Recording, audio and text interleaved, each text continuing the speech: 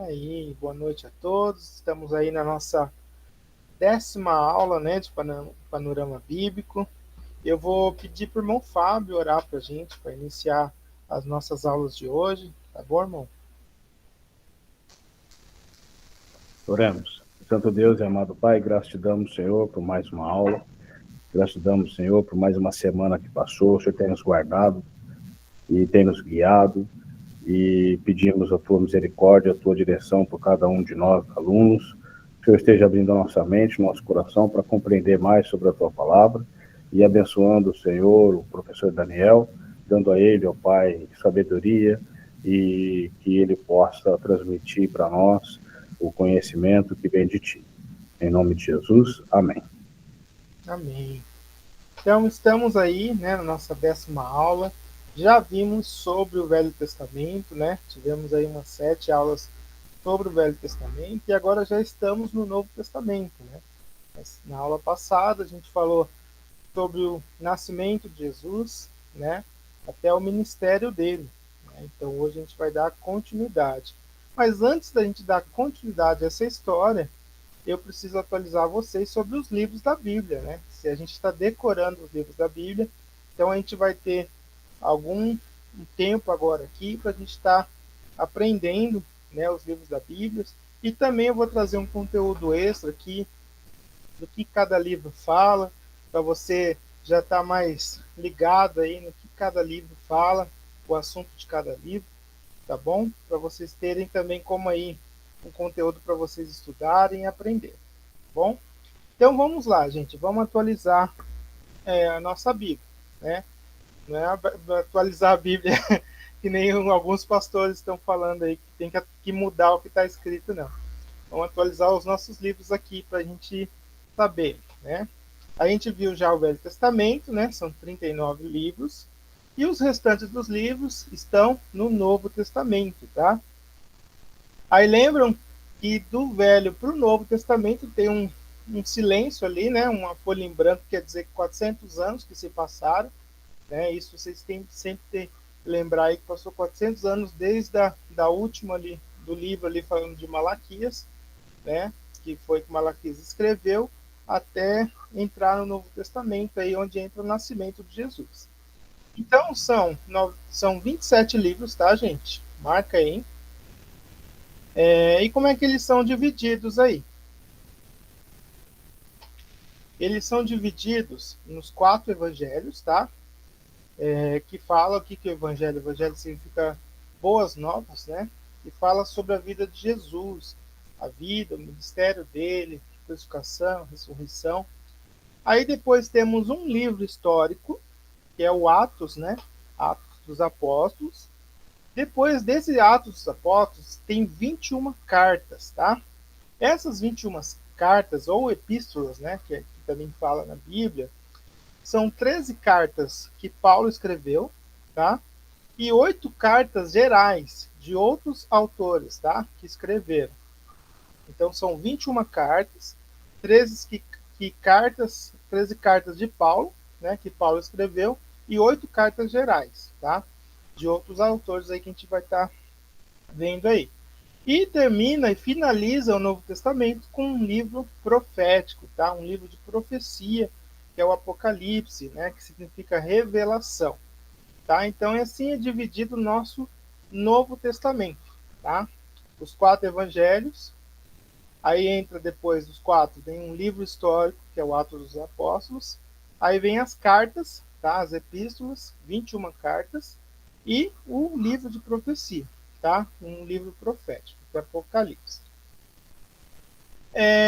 A primeira parte, então, gente, da história do Novo Testamento, ela é formada pelos 4 evangelhos, tá? Que significa boas novas ou boas notícias, tá? Quais são, gente? Mateus, Marcos, Lucas e João, tá? Então, os 4 livros, tá? Esses 4 livros, o que eles narram? A história de Jesus, tá? Desde o seu nascimento até a sua morte, tá? E ressurreição. Na visão dos seus discípulos que acompanhavam ele durante essa trajetória. Então, os 4 aqui foram escritos pelos discípulos dele, tá? Mateus, Marcos, Lucas e João, tá? que escreveram esses 4 evangelhos, tá? Lembra que Mateus escreveu para os judeus, né? Que eu falei na aula passada. Marcos escreveu para os romanos, né? Que eu falei para vocês. Lucas escreveu para os gentios. E João, gente, escreveu para a igreja em geral, tá? Para aqueles que eram a igreja ali no momento, né? E eram os judeus ali, né? Que eram os discípulos que estavam junto ali. Então, João escreveu para a igreja, tá? Já falei isso. Agora, vamos entender aqui o que cada livro fala, tá? Mateus, né, o primeiro livro do Novo Testamento, ele apresenta Jesus como Messias, tá? O prometido por Deus no Antigo Testamento. Então, o livro de Mateus escreveu apresentando Jesus como Messias, tá? O prometido, né? O esperado, que todos estavam esperando o Messias, os judeus, né? Então, Mateus ele apresenta assim. Agora Marcos ele apresenta Jesus como servo de Deus, tá? Que veio à Terra a fim de cumprir as ordens do seu Pai, tá? Então Marcos apresenta Jesus como servo de Deus. Anota aí. Lucas ele, por sua vez, anuncia como filho do homem, tá? Jesus como filho do homem, como forma de mostrar o lado humano de Cristo, né? Lucas era médico, né? Então ele era muito detalhista nessa questão e ele quis trazer no livro dele Jesus, anunciando Jesus como filho do homem, tá? Do lado humano de Cristo. E João, né? Que era o discípulo mais amado, né, de Jesus, aquele que estava sempre ali grudado de Jesus, né, onde podia repousar a cabeça dele, Jesus. Ele apresenta o lado divino de Jesus, tá? E Jesus como filho de Deus, tá? Então, anotem aí, tá? Como eles são apresentados. Como eles apresentam Jesus. Mateus como Jesus, o Messias. Marcos como Jesus, servo de Deus. Lucas como filho do homem. E João como filho de Deus. Tá bom? Então, esses são os 4 evangelhos do Novo Testamento. Boa noite, Larissa, que entrou aí agora. A Meires também. Então, agora, gente, a segunda parte, tá, do Novo Testamento. Ela é constituída pelo livro histórico que eu falei para vocês, denominado por Atos dos Apóstolos, tá? Ele foi escrito por Lucas, tá? Companheiro de viagem de Paulo e Barnabé. O livro de Atos, gente, é uma continuação do livro de Lucas, dirigido ao Teófilo, né? Lucas fala sobre o Teófilo, né? Que é lá no livro de Lucas, e ele escreveu o livro de Atos também, tá? Ele foi dirigido a esse Teófilo. Aí tem vários estudos, né? Que apontam quem esse Teófilo era uma pessoa, né? Uns falam que era voltado à igreja, né? Outros falam que esse Teófilo era um romano ali importante, né? Então tem vários estudos aí de quem pode ter sido esse Teófilo, né? O livro de Atos, gente, conta a história da primeira expansão da igreja após a morte de Jesus, tá? Então, acabou ali o livro dos evangelhos, o livro de Atos ele fala primeiro sobre a expansão da igreja, quando Jesus ascensão, quando ele sobe, né, para o céu, ele morreu, ficou 40 dias aqui, né, depois que ressuscitou, depois ele sobe para o céu. Aí a primeira expansão até a morte de Jesus. Aí ao ressuscitar, Jesus capacitou algum dos seus seguidores através do Espírito Santo, tá? Atos fala sobre a entrada do Espírito Santo nos apóstolos, né? Que significa os enviados, os apóstolos, né? A narração de Atos gira em torno de como os apóstolos propagaram esse evangelho de Jesus, tá? Então, por isso que é um livro histórico, é um livro de história, que conta a história dos discípulos propagando o evangelho que Jesus deixou, né, para eles falarem, formando assim uma nova comunidade cristã e igrejas, né? Aí veio a igreja, né? Um dos principais personagens deste livro, gente, é o apóstolo Paulo, tá? Que entra também nesse livro, a história dele. Ele é autor de várias cartas que orientavam as igrejas locais da época, tá? Então esse é o Paulo e ele escreveu várias cartas, né, para as igrejas. A terceira parte, gente, do Novo Testamento, ela é composta pelas cartas que eu falei para vocês, as epístolas, tá, dos apóstolos às novas igrejas fundadas, tá? Então a gente já viu os evangelhos, né? Mateus, Marcos, Lucas e João, e vimos agora Atos dos Apóstolos, que é um livro de história. Agora, na terceira parte, é as cartas, tá? As epístolas. Essa parte ela é dividida em duas, que eu falei para vocês, que são 3 epístolas de Paulo, escritas pelo apóstolo Paulo, né? E as epístolas gerais, tá? Que são escritas por outros apóstolos, tá?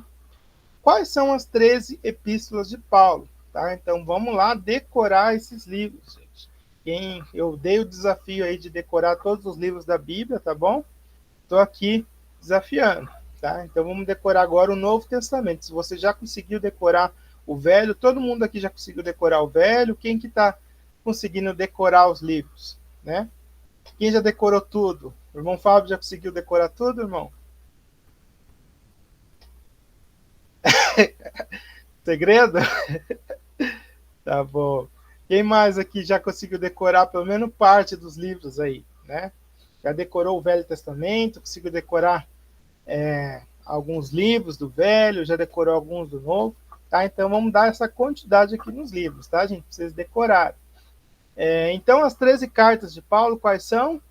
Romanos, 1 Coríntios, fala de todo mundo junto comigo, aí não precisa abrir o microfone, não. Romanos, 1 Coríntios, 2 Coríntios, Gálatas, Efésios, Filipenses, Colossenses, 1 Tessalonicenses, 2 Tessalonicenses, 1 Timóteo, 2 Timóteo, Tito e Filemão, tá? São as 13 cartas de Paulo, tá? Que são as nossas epístolas aí. Então agora eu vou falar para vocês o que fala cada carta, tá? Um resumo rápido do que Paulo escreveu para cada carta, para cada lugar, né? Primeiro, a carta de Romanos, tá? Em que o apóstolo Paulo escreve sobre a justiça de Deus e o ensinamento sobre a salvação, tá? Então essa carta foi para os romanos, né? Para a igreja de Roma, né? A igreja em Roma, e ele fala sobre a justiça de Deus e o ensinamento sobre a salvação, tá? Agora, a primeira carta de Coríntios, que ele escreveu para a igreja de Corinto, né? Fala sobre as divisões, os questionamentos que estavam acontecendo na igreja. Olha aí, as primeiras igrejas, gente, já estava tendo confusão já estava tendo divisões, né? E hoje, então, né? Se as primeiras igrejas já estavam tendo esses problemas, né? Imagine hoje, né? A gente vê muito problema, né? Ainda nas igrejas, principalmente nessa questão de divisões, né? De pensamentos diferentes, de questionamentos, né? Por isso a gente vê tantas igrejas aí divididas aí. Então, a primeira carta aos Coríntios fala sobre as divisões e os questionamentos que estavam acontecendo na igreja. A segunda carta, Paulo faz um alerta sobre falsos profetas. Olha aí, os falsos profetas. E orienta a igreja a enfrentar os problemas do amor, tá? Quem conhece aí, que fala sobre o amor, né? 1 Coríntios 13. Então, aqui, gente, ó, o livro foi escrito para a igreja de Corinto, tá? E teve o livro, a carta, né? Foram 2 cartas que Paulo fez, tá? Mandou para o pessoal lá para a igreja de Corinto. Depois, ele escreveu a carta aos Gálatas, tá? Lá da Galácia, né? A igreja da Galácia explica o que ela explica, que a salvação vem somente através da fé em Jesus Cristo. Olha que gostoso ler essas cartas, gente. Quem ainda não leu as cartas de Paulo, leiam. tá? Pega, vocês vão ver cada assunto maravilhoso para a gente aprender, né? Sobre as cartas que Paulo manda para as igrejas, tá? E é muito atualizado para a gente, né? É muito útil para a gente hoje em dia, né? Então leiam as cartas, né? Eu quero incentivar você a ler a Bíblia toda. Se você ainda não leu a Bíblia toda, faz um plano, né? E daí para você ler, eu quero ler em um ano, quero ler em 6 meses, né? Quero ler em 3 meses. Dá para ler, só você tem na internet mesmo tem vários planos de estudo da Bíblia para você ler a Bíblia toda em um ano, em 6 meses, em 3 meses, né? De várias formas, tá? A carta aos Éfesos, para os Efésios, né? Que é a igreja de Éfeso, né? Paulo ele explica como todos os membros da igreja formam um só corpo, sendo Jesus a cabeça, né? O guia. Então Paulo explica isso para a igreja, que nós somos, né, o corpo de Cristo, né? E Jesus é a cabeça, né? A carta aos Filipenses, gente, e é para a igreja de Filipe, né? Paulo ensina como superar os sofrimentos da vida com a força e alegria que vem através de Jesus Cristo. Olha que linda essa carta. O que ele fala? Ele ensina como a gente deve superar as nossas dificuldades, os nossos problemas, com força e alegria que vem de quem? De Jesus, né? Então leiam essas cartas, gente. É maravilhoso ler essas partes. Tem muito incentivo a gente, nos ajuda a ter mais conhecimento, a entender mais o que Deus quer para nós, né? Aí, carta aos Colossenses, né? Que é a igreja de Colossos, ele adverte, ó, que lá, ele adverte e ensina que a fé deve ser apenas em quem? Em Jesus, e nenhum outro ensinamento. Então, estava tendo lá problemas de ter outros ensinamentos. E ele estava advertindo aquela igreja, gente, não, a fé só vem por meio de Jesus, né? Por meio de Cristo. Depois ele escreveu a Tessalônica, tá? A igreja de Tessalônica, aos Tessalonicenses. A primeira e a segunda carta, tá? A primeira carta, ele instrui a igreja dando recomendações, tá? Conselhos, advertências gerais. Além disso, ele realça a esperança futura na segunda vinda de Jesus, ó, que ele falando para a igreja sobre a segunda vinda de Jesus, né? Na segunda carta, ele continua falando sobre a segunda vinda de Jesus e dá aconselhamentos pastorais aí para quem quer ser pastor, né? Esclarecendo prováveis mal entendidos da primeira carta. Talvez eles entenderam algumas coisas diferentes na primeira carta e ele lá manda na segunda. Não, não é isso que eu quis dizer, né? Ele acaba esclarecendo melhor o que ele tinha mandado na primeira carta. A carta de Timóteo, tá? Foram duas, né? A primeira e a segunda carta. A primeira carta, gente, aborda o tipo de conduta pessoal que um jovem pastor deve ter no ministério. Aqui Timóteo era um jovem, tá? Um jovem pastor. E o Paulo, ele estava mostrando para ele a conduta de um pastor, né? No seu ministério. Então, maravilhosas essas cartas, gente. Quem não leu essas cartas, leiam, tá? No Novo Testamento. A segunda carta, ele encoraja ao jovem servo do Senhor, Timóteo, alertando sobre as dificuldades dos últimos tempos, aí, instruindo a pregar a palavra com firmeza. Olha que legal, né? Ele encoraja Timóteo, falando sobre as dificuldades que vai ter nos últimos tempos, e instrui ele a pregar com firmeza essa palavra.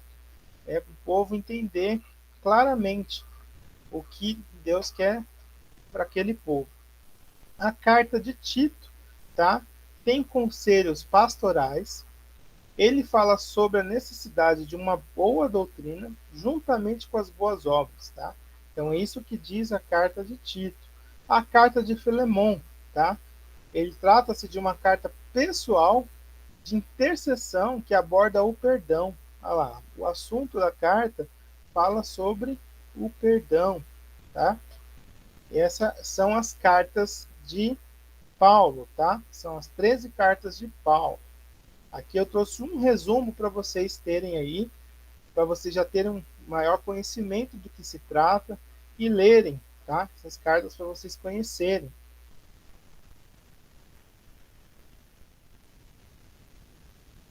Agora a gente vai entrar as epístolas gerais, as cartas gerais que eu falei para vocês.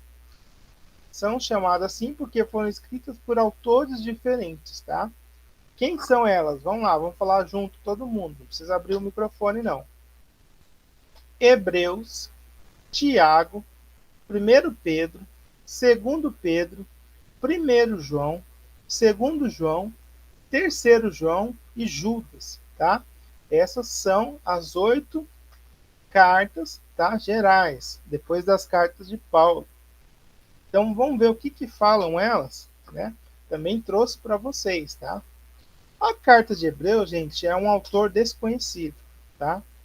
A carta de Hebreus, o que ela fala? Sobre a superioridade de Jesus Cristo, tá? E a fé que os fiéis devem ter nele, como sumo sacerdote, tá?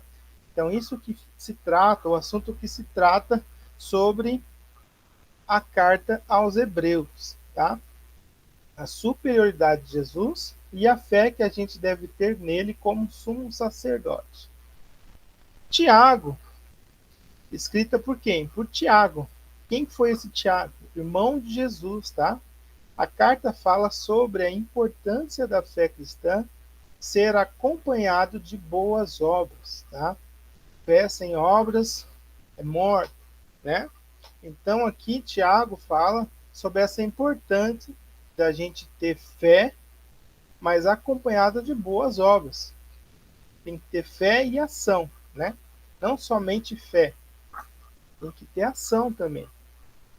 1 Pedro, gente, escrita por Pedro, né? Apóstolo de Jesus. A carta fala sobre o quê? Sobre a vida cristã, a exemplo de Jesus, tá? Que mesmo no sofrimento, ele obedeceu a Deus e venceu, tá? Isso é o resumo da carta de Pedro, tá? Exemplo de Jesus, que mesmo no sofrimento, ele obedeceu a Deus e venceu. E o 2 Pedro, a carta fala sobre a importância das escrituras, tá? Do genuíno conhecimento do Senhor, a fim de combater as falsas doutrinas e os falsos profetas, tá?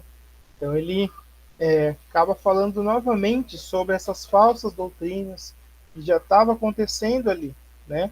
Naquele início da igreja, né? E os falsos profetas, alertando, né? Esse é a primeira e o 2 Pedro. Agora as cartas de João, que são 3 cartas, né? Primeiro, segundo e terceiro João. Foi escrito pelo apóstolo João, tá? Essas cartas ensinam que Deus é o perfeito amor.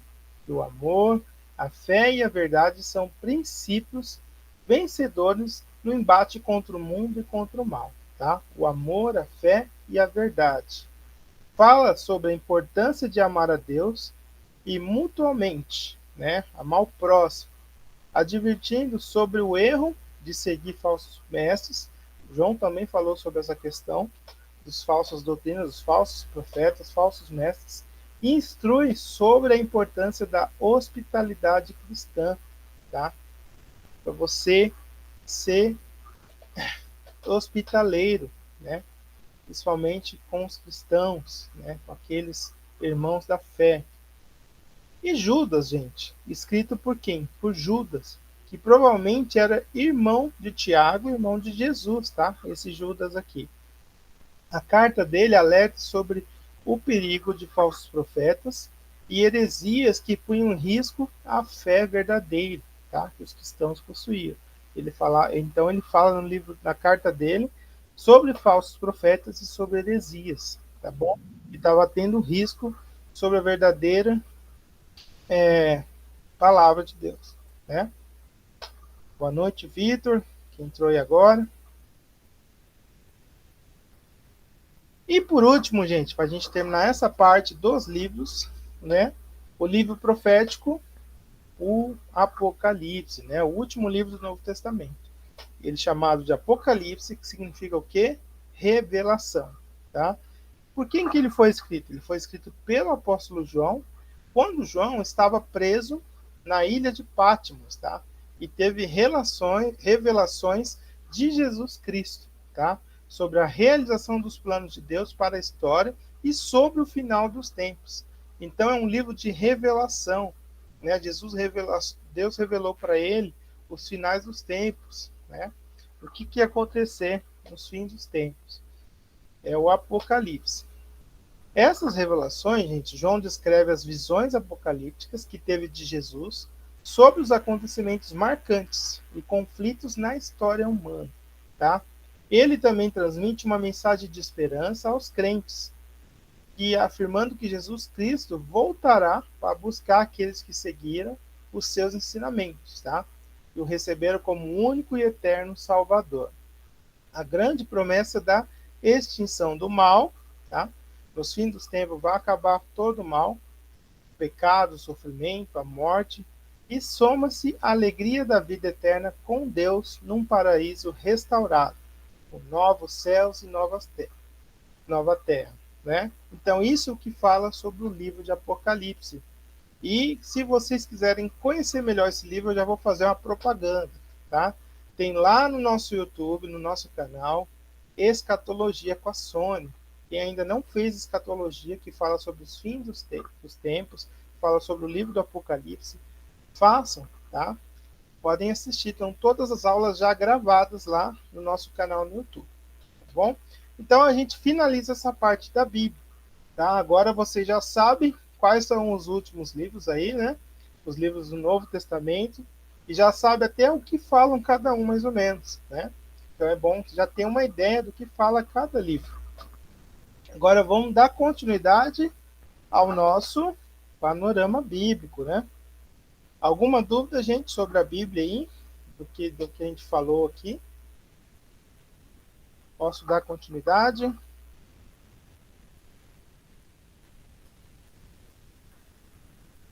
Então tá bom, vamos lá dar continuidade.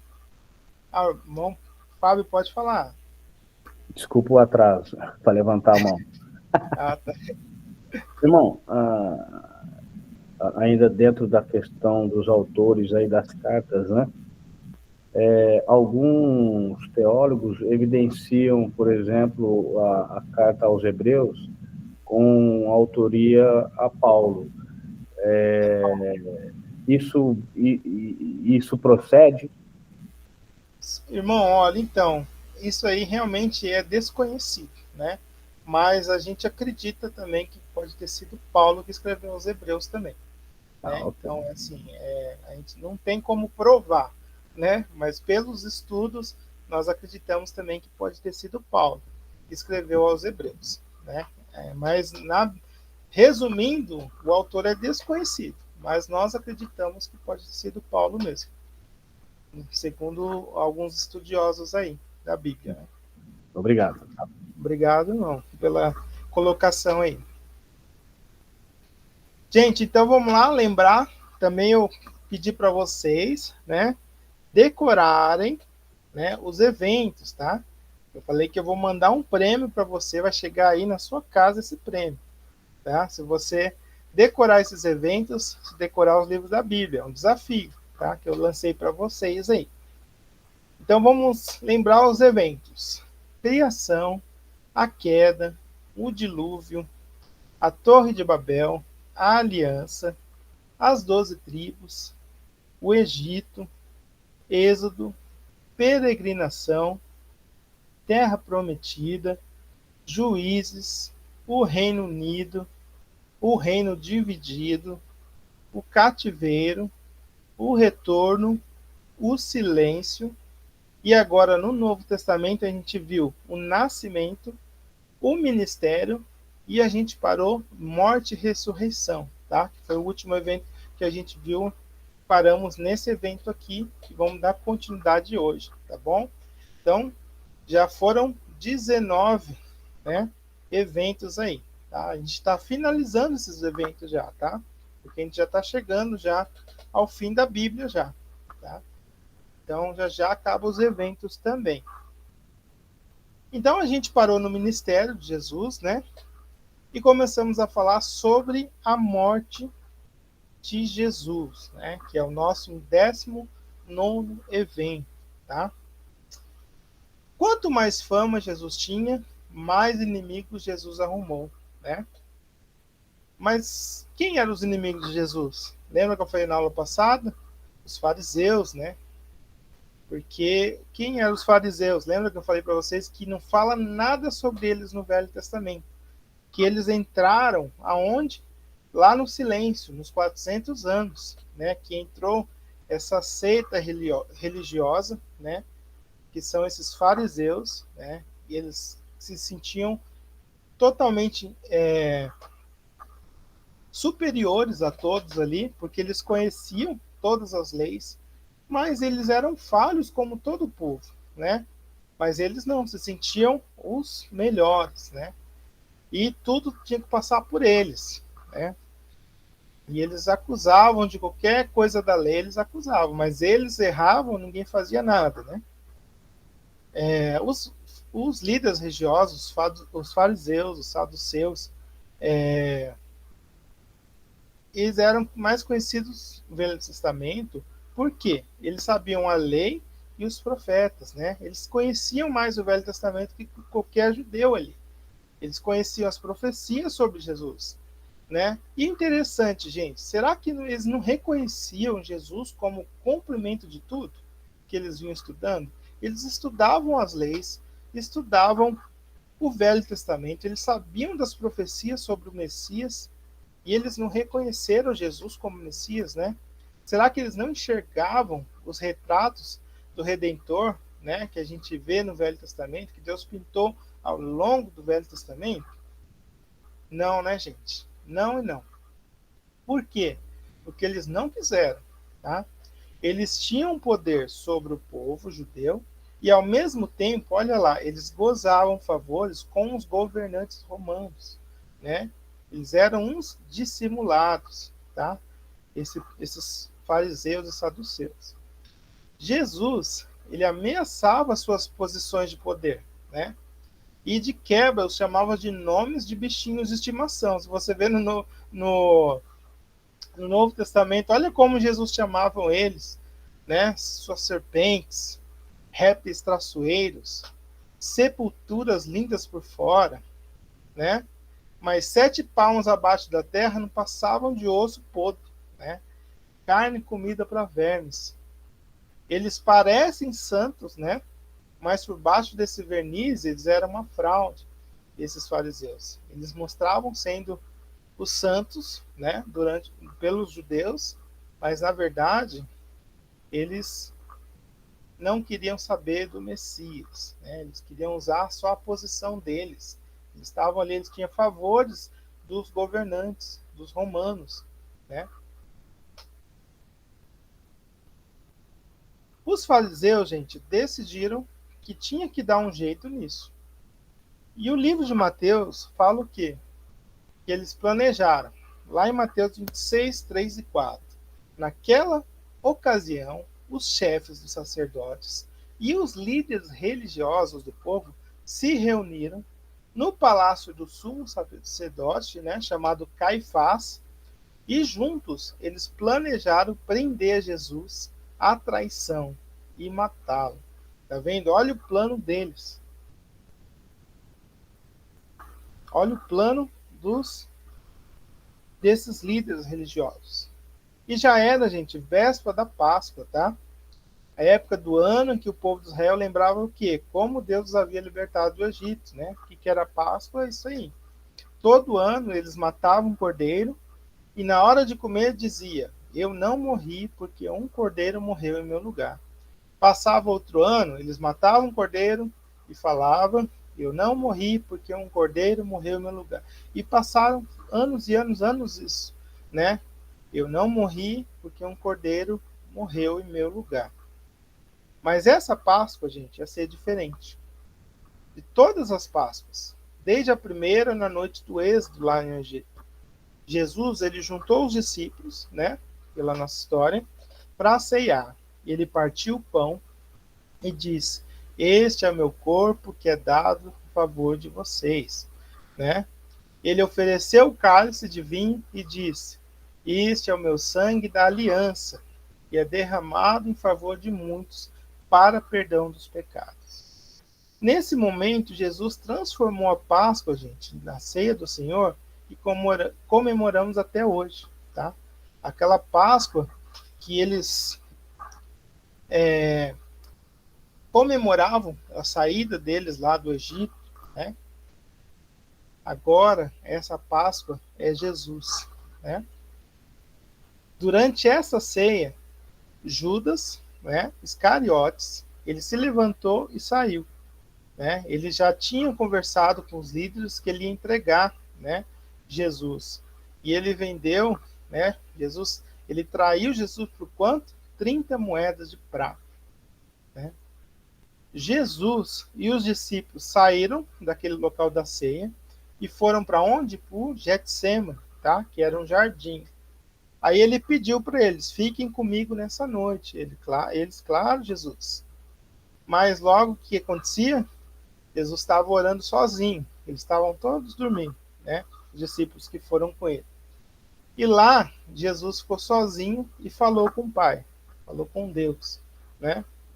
Ele sabia que ia morrer, Jesus, né? E ele e o Pai tinham planejado isso muito tempo atrás, né? E ele falou, bem traduzido aqui, né? Nessa parte aqui: Pai, há alguma maneira de resgatar as pessoas, né? Jesus já sabia que havia apenas uma maneira, né? Que era derramando o sangue de um cordeiro perfeito. E esse cordeiro era ele, né? Ele pediu para Deus para afastar esse cálice, né? Quer dizer que ele perguntou se há uma maneira de resgatar essas pessoas, uma outra maneira, mas ele sabia que essa maneira era só derramando o sangue de um cordeiro perfeito. E Deus, ele iria juntar toda a culpa por todo o pecado de todas as pessoas que já viveram e as que ainda iriam viver. Deus ia pegar toda a culpa, todo o pecado de todas as pessoas para juntar, né? Até as que iam nascer ainda, né? Até nós que essa culpa, né? Deus ia juntar toda a morte merecida para todas as pessoas e concentrar onde? O seu único filho, Jesus. Jesus, gente, carregou todos os nossos pecados, até os que ainda vão nascer. Jesus, ele seria a propiciação. Lembra da palavra propiciação? A satisfação da minha dívida, da sua dívida, através do único pagamento adequado. Jesus era a propiciação do nosso pecado, né? Jesus, ele decide mais uma vez obedecer à vontade do Pai. E que decisão, né, que Jesus tomou. Não vamos esquecer, gente, que o sofrimento físico de ser crucificado. Não esquecemos o sofrimento físico de ser crucificado.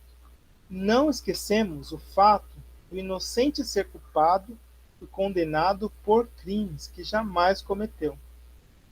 Mas, acima de tudo, a gente não pode esquecer que Deus é santo e ele não tolera o pecado. Lembre sempre disso.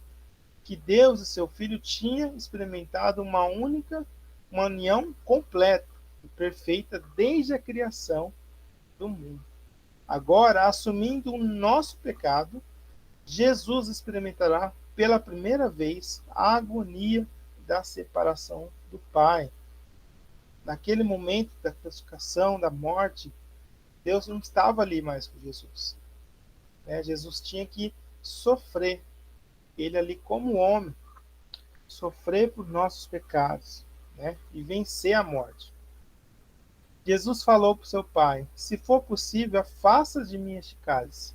Contudo, não seja como eu quero, mas sim como tu queres. Olha que lindo esse versículo, né? Mesmo Jesus, naquele momento tão difícil, tão complicado, que seja feita a vontade do Pai e não a minha. Ele como filho. Aí Judas, gente, chegou, beijou e traiu Jesus. Aí os guardas levaram Jesus para os líderes judeus, né? Para aqueles que queriam julgar ele. E qual que foi a acusação? Você se chama, você se chama de filho de Deus. Por isso você tem que morrer, né? Essa era a acusação, porque Jesus se chamava como filho de Deus. Não, isso é uma blasfêmia, né? Para eles era uma blasfêmia. Detalhe, gente, somente os romanos eles tinham direito de aplicar a pena de morte, tá? Os judeus eles tinham que inventar um motivo plausível para fazer os romanos matarem Jesus, né?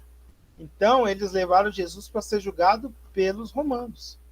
E qual foi a acusação dos judeus, né? Aqueles que estavam julgando que Jesus, né? Esse homem diz ser rei dos judeus, rei dos judeus. E os romanos eles permitiam que os povos conquistados tivessem as crenças normal, né? A liberdade religiosa. Mas eles não toleravam que a revolta política, né? Então essa acusação de falar que Jesus era o rei dos judeus ia dar uma revolta política entre os judeus, né? Já era o suficiente para os romanos agirem. E eles agiram, né? Aí eles até tiravam sarro de Jesus, né? Ah, tu que se acha um rei, é? Então toma aí tua coroa, teu manto, tá aqui a placa, né? Rei dos judeus, cravaram ali na cruz, né? Eles cravaram Jesus na cruz, né? E Jesus, o que ele falou? A cruz, Pai, perdoa-os, eles não entendem o que fazem. Mesmo assim, Jesus mostrando humildade, amor pelo homem, não pelo pecado, mas sim por nós, pelos homens, né? As pessoas acham que estavam matando Jesus, né? Eles não entendem que Jesus estava o quê? Dando a sua vida, né? Em João 10, 17 e 18, o que Jesus fala? Eu dou a minha vida para retomar. Ninguém a tira de mim, mas eu dou por minha espontânea vontade. Eu tenho autoridade para dá-la e para retomar, né? As pessoas acham também que tem todo o poder, né? E não entende que Jesus era o seu criador, né? Em Mateus 26, 53, eles não entendem que eu poderia agora mesmo clamar a meu Pai e dos exércitos dos anjos, até mais, se quisesse, viriam combater a meu favor. Mas se eu fizesse isso, como se cumpririam as escrituras, né? Elas dizem que tem que ser assim, né? Jesus tinha todo o poder para sair daquela cruz ali, né? Para não sofrer aquilo ali, porque ele era Deus, né? Mas não, eu vim aqui para cumprir as escrituras, as profecias, né? E foi o que aconteceu. As pessoas acham, gente, que assassinando o homem, né, Jesus, eles não entendem que estão sendo usados para sacrificar o quê? O Cordeiro de Deus, né, que tira o pecado do mundo. Foi o último cordeiro, um cordeiro perfeito, sem pecado. Ele morreu ali na cruz para pagar os nossos pecados, a nossa dívida com Deus. As pessoas não entendem que ali naquela cruz está concentrado o maior poder que o universo já conheceu, desde o cataclismo da palavra que o fez o mundo se criar do nada, né? Ali estava o maior poder que todos conheceram, né? Ninguém tomou a vida de Jesus. Ele se deu por nós, tá? Gravem isso. Ninguém foi ali e tomou a vida de Jesus. Ele mesmo se deu por nós. O que prendeu Jesus naquela cruz não foram os pregos, foram o quê? O amor, né? Jesus fez isso por amor a nós, né? Então era meio-dia, né? Mas as trevas cobriam tudo. Jesus ali na cruz, a terra tremeu, as rochas partiram, parecia que a criação iria se rasgar. A força da fúria do julgamento de Deus contra o pecado estava totalmente concentrada no seu Filho, em Jesus, até que Jesus disse: está consumado. Né? E estava. Né? Jesus acabou de resgatar o mundo. Ele tomou o julgamento de Deus sobre si. Tomando o julgamento de Deus sobre si, Jesus providenciou para mim, para você, para nós, a única maneira de escapar ao julgamento de Deus. Tá? É muito importante essa parte.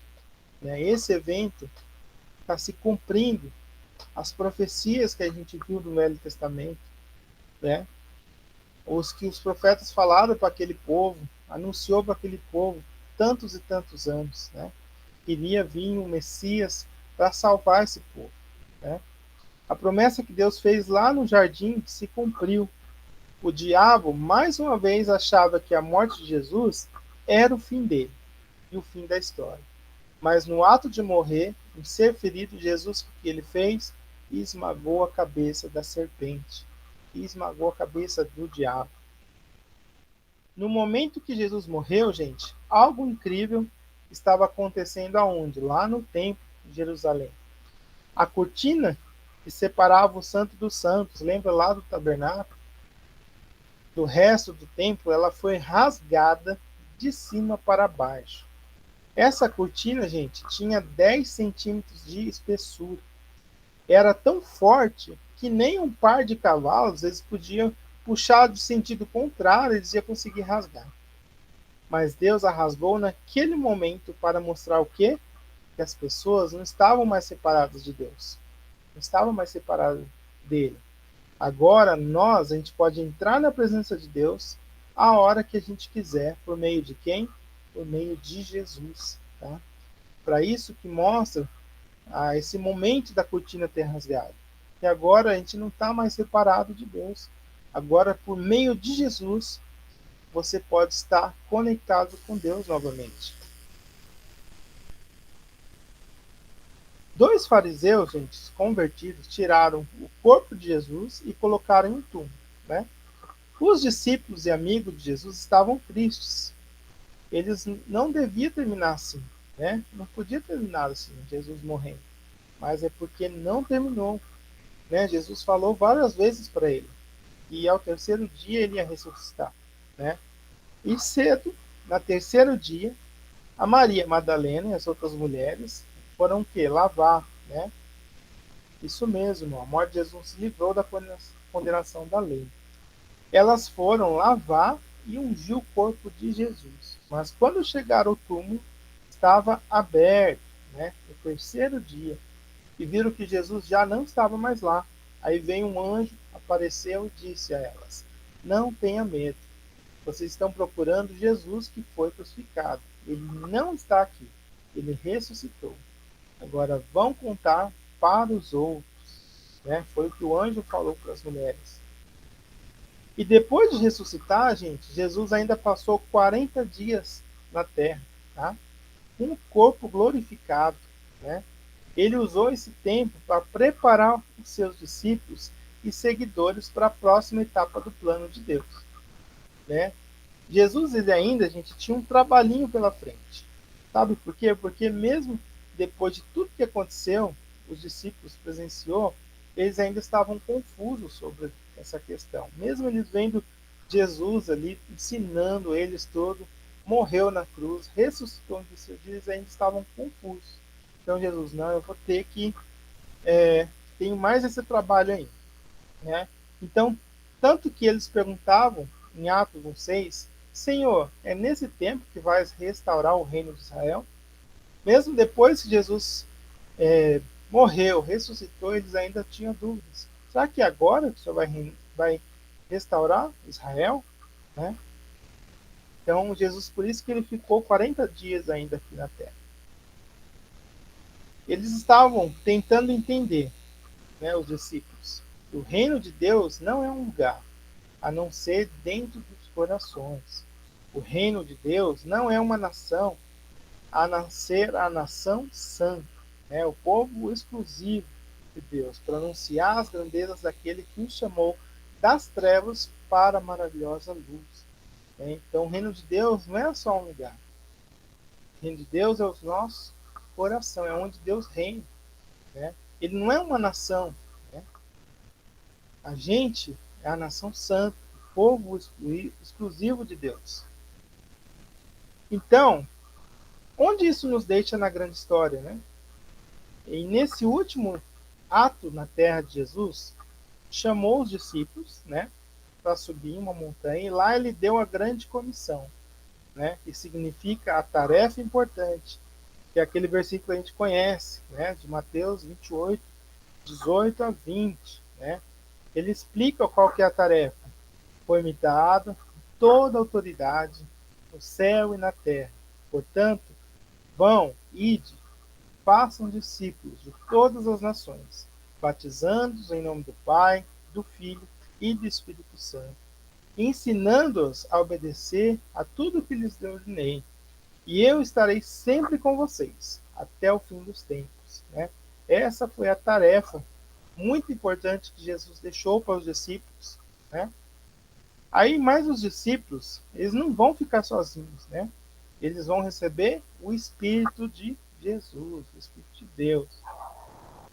Jesus levantou as mãos, os abençoou, e enquanto ele abençoava, algo incrível aconteceu. Jesus foi elevado ao céu, subiu, flutuando, enquanto eles olhavam. E eles olhavam até não poderem mais vê-lo. E ele desapareceu dentro de uma nuvem. Daí entra o nosso 20º evento, que é a ascensão. Tá? Anotem aí. Eu vou deixar para a próxima aula, tá? Porque já está no fim já da nossa aula, não vou conseguir dar continuidade, senão eu pego o tempo da Sônia. Tá bom, gente? Então a gente vai continuar essa história na próxima aula. Marquem o evento que a gente parou aí. 20º evento, que é a ascensão. Gente, alguma dúvida? Alguém quer fazer um comentário? Quer acrescentar algo? Eu gosto muito que o irmão Gesiel manda aí uns comentários ali no chat, irmão. Legal. Tá? Acrescenta também aqui dentro da nossa história. O irmão Fábio pode estar também aí comentando algo. Ô, irmão. Sim. Qual o único discípulo de Cristo que viu ele subir aos céus e viu ele chegar nos céus? Viu ele subir aos céus e ele chegar aos céus? Nossa, irmão, agora eu não sei. João. Ah, verdade. Ah, o irmão já foi lá. João, verdade, a revelação. Que legal, irmão, verdade. Agora eu fiquei pensando assim, nossa, que viu Jesus nos dois momentos. E é o único verdade. apóstolo que viu Jesus subir aos céus e viu ele chegar aos céus. Chegar aos céus, verdade. Jesus revelou a ele ainda até o fim dos tempos, né? Que legal, irmão. É verdade, olha que interessante. Eu fiquei pensando, mas qual discípulo que é? Irmão, verdade, me pegou aqui agora. Obrigado, irmão, por acrescentar aí, verdade. Alguém mais quer fazer algum comentário?